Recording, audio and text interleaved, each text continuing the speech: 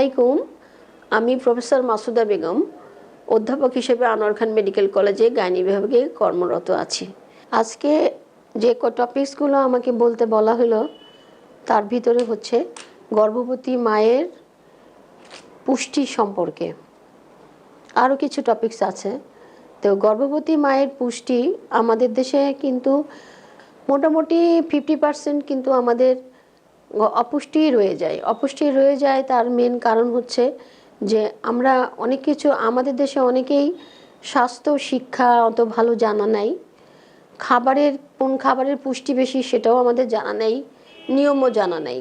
তারপরে আমাদের অতিরিক্ত গর্ভধারণও কিন্তু আমাদের কিছু পর্যায়ে এটা পরিলক্ষিত হয়, এবং এটাতে আমাদের কিন্তু একটা বাচ্চা হবার পরে আরেকটা বাচ্চা হওয়ার যদি গ্যাপ বেশি না থাকে, তাহলে কিন্তু যে পুষ্টিটা অভাব আছে সেই পুষ্টিটার অভাবটা অবস্থায় তার গর্ভধারণ করাতে সেই বাচ্চা এবং মায়ের অনেক ক্ষতির কারণ।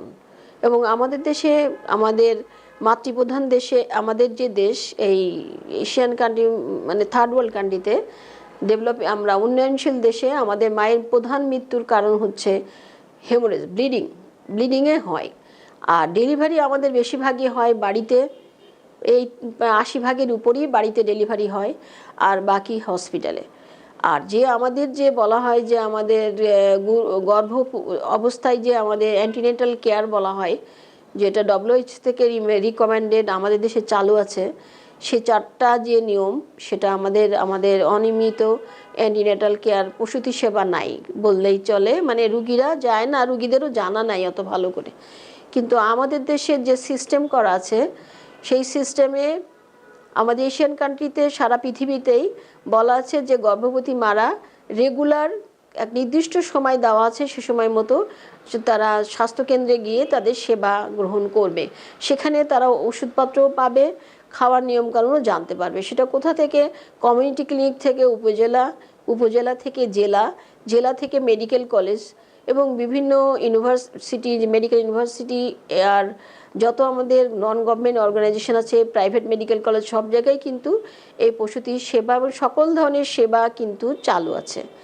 তা আমাদের নিউট্রিশন সম্পর্কে বলতে গেলে যে আমাদের পুষ্টিহীনতা হলে আমাদের নেপোলিয়নের ভাষায়, যদি বিশ্ববিখ্যাত নেপোলিয়নের ভাষায় বলা হতো যে আমাকে একটা সুস্থ মা দাও, যে সে মা একটা সুস্থ সন্তান দেবে, যে দেশের সুস্থ নাগরিক হবে। তাহলে আমার দেশেও, আমিও চাই আমার এই বাংলাদেশের মায়েরা যেন সুসন্তান প্রসব করে, এবং তাদের দিয়ে যেন আগামী দেশের নেতৃত্ব ভালো চলে, কোনো সৃজনশীল জিনিস দেশকে তারা চালায় নেবে। সেটা করতে গেলে মায়ের পুষ্টিটা আমাদের লক্ষ্য রাখতে হবে, এবং সেই সাথে সাথে অনেক উপদেশ তাদের দেওয়া হয়। তাহলে আমরা খাবারের ভিতরে আমরা কোন খাবারটা খেলে যে মার শরীর স্বাস্থ্য ভালো থাকবে, বেবিও ভালো গ্রোথ হবে। কারণ বাচ্চার ভিতরে আমিষ দরকার, বাচ্চার ভিতরে ক্যালসিয়াম দরকার, বাচ্চার ভিতরে সকল ফুড দরকার। সেই ফুডকে আমরা 2 ভাগে ভাগ করি খাবারটাকে।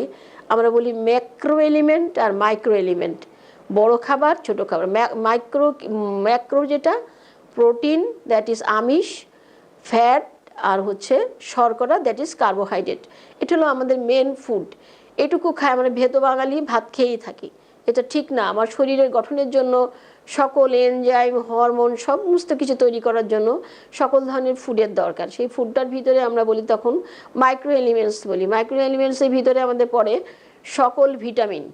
আমাদের একটা আছে ফ্যাট সলিবল আর ওয়াটার সলিবল ভিটামিন বলা হয়। শাক সবজি, তারপরে আমার ফ্যাটের ভিতরেও কিন্তু ভিটামিন A আর D থাকে। আর কিছু আছে মাইক্রোনিউট্রিয়েন্টের ভিতরে কিছু কিছু যেমন জিনিস আছে, যে কি বলা যাবে, যে মিনারেলস, ক্রোমিয়াম, আর অনেক বহু কিছু আছে আমাদের। তো টোটাল ভিটামিন যে গ্রুপ আছে, ভিটামিন ADC, সবটা ধরনের যেন আমরা পাই। আমাদের তাহলে খাবার ভিতরে শাক সবজি, মাছ, মাংস, এগুলো আমাদের দরকার। যেমন আমরা এগুলো পাবো কোথা থেকে? আমাদের দেশে কিন্তু ফার্ম ফুড, মানে আমাদের যে পোলট্রি খাবার, পোলট্রি মুরগি পরিহার করুন, বাড়িতে মুরগি পালেন, সবই বুঝলাম, কিন্তু পোলট্রি ফুড আমাদের খুবই সস্তা। ডিম, ফার্মের ডিম, এটাও কিন্তু আমাদের যারা পাবে না তাদের জন্য। মসুরের ডাল, এটা কিন্তু আমাদের এগুলো আমরা নিতে পারি। আর সকল ধরনের পাতা জাতীয় সবজি, সবুজ শাক, তরকারি, সব রকম কিন্তু আমরা নিয়মিত টাইমে খাবো, বড় বড় খাবার 3বার খাবো, ছোট নাস্তা খাবো 3বার, পানি খাবো। আর দুধটা কিন্তু ইম্পর্টেন্ট ফর মায়ের জন্যে দুধ খাওয়াটা বাঞ্ছনীয়। আর সাথে আমরা হেলথ কমপ্লেক্সে গেলে, কোনো হেলথ সেন্টারে গেলেও আমরা কিনেও নিতে পারি, আর সরকার থেকেও নিতে পারি।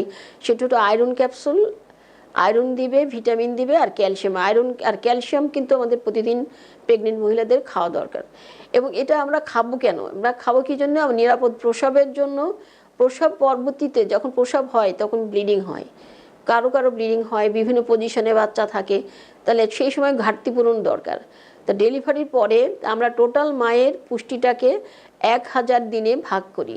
যে ডেলিভারির পূর্বে 1 থেকে 3 মাস আগে, আরও ডেলিভারির 9 মাস, আর বাচ্চা দুধ খাবে সম্পূর্ণ, শুধু বুকে দুধ পাশাপাশি খাবারের সাথেও খাবে, সেটা হলো আর পরবর্তী 2 বছর।